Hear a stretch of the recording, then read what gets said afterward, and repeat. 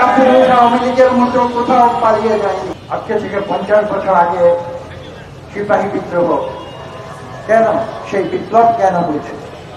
খুব সংক্ষেপে, সময় নেই, আমাদের সময় হয়ে যাচ্ছে, আমি বেশি সময় নেব না, শুধু আপনাদের উদ্দেশ্যে বলব, সেদিন কিন্তু 72 থেকে 75-এর যে অত্যাচার, জুলুম, নির্যাতন, এটা আজকের প্রজন্ম দেখেন, আমরা কি আজকের প্রজন্ম যেটা দেখেছে সেটা দেখেছে 2009 থেকে 2024 কাজে এই যে পরবর্তী যে আওয়ামী লীগের অধ্যায়, সেটাকে বিশ্বের সম্ভবত সবচেয়ে বিখ্যাত নিউজ ম্যাগাজিন টাইম ম্যাগাজিন যে সময়টাকে বলেছে বাকশাল 2,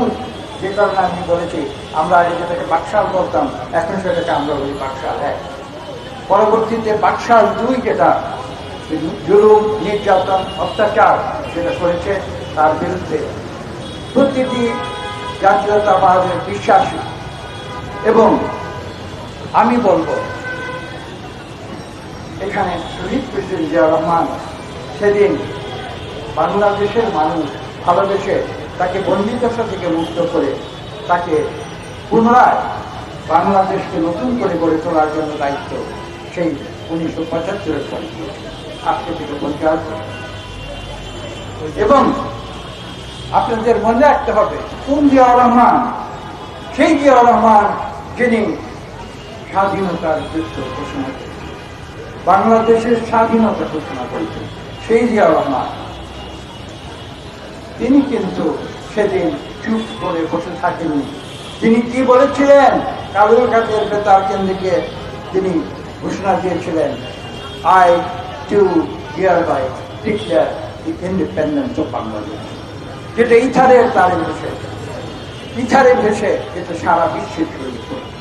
এবং বাংলাদেশের স্বাধীনতার বাণী বিশ্বের বুকে ছড়িয়েছে। বিগত 16 বছর শেখ হাসিনা যেভাবে একটি অলিগার্কির মাধ্যমে বাংলাদেশের অর্থনীতিকে আবদ্ধ করে রেখেছিল এবং তার আগে 72 থেকে 75 ঠিক একইভাবে বাংলাদেশের অর্থনীতিকে কোটি কয়েক পরিবারের সদস্য দিয়ে আবদ্ধ করে রেখেছিল, তা থেকে মুক্ত করে তিনি মুক্ত বাজার অর্থনীতি বাংলাদেশে প্রতিষ্ঠা করেছিলেন। আজকে আমরা যে এই যে মুক্তাঙ্গনে এখানে দাঁড়িয়ে রাজপথে দাঁড়িয়ে যে কথা বলছি, সে তার পেছনে রয়েছে আমাদের চেয়ারপারসন জনাব তারেক রহমানের যে অকুতোভয় যে তার যে সংগ্রাম, তার যে নেতৃত্ব বিগত 15 বছর তিনি আমাদের দিয়েছেন এবং যার ফলশ্রুতিতে আমরা এমন একটি পর্যায়ে 2024 সালের 5ই আগস্ট দেশকে এনেছিলাম, সেখানে ছাত্র জনতার কথা আমরা বলি, কিন্তু এখানে ভুলে গেলে চলবে না যে 1 লক্ষ মামলা, হামলা, খুন, গুম সবকিছু সহ্য করে বিএনপি নেতা কর্মীরা কোনোদিন কিন্তু পিছিয়ে যায়নি। আওয়ামী লীগের মতো কোথাও পালিয়ে যায়নি। আমরা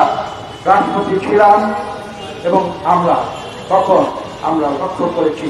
আমাদের জনাব তারেক রহমান কিন্তু তার যে নেতৃত্ব, সেই নেতৃত্বকে আমরা সামনে এগিয়ে গেছি। আমরা একটি বিস্ফোরণময় পরিস্থিতি বাংলাদেশে সৃষ্টি করেছি, যে পরিস্থিতিতে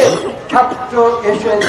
জনতারা এসে তাদের বৈষম্য বিরোধী আন্দোলনের যে ডাক ছিল, সেই ডাকে এসে তারা তখন এমন একটি কাজ করেছে যে সেলাই দিয়ে স্ফুলিঙ্গ জ্বালিয়ে দিলে বিস্ফোরণমূল পরিস্থিতিতে যেমন একটি বিস্ফোরণ হয়ে যায়, 5ই আগস্ট সেই বিস্ফোরণ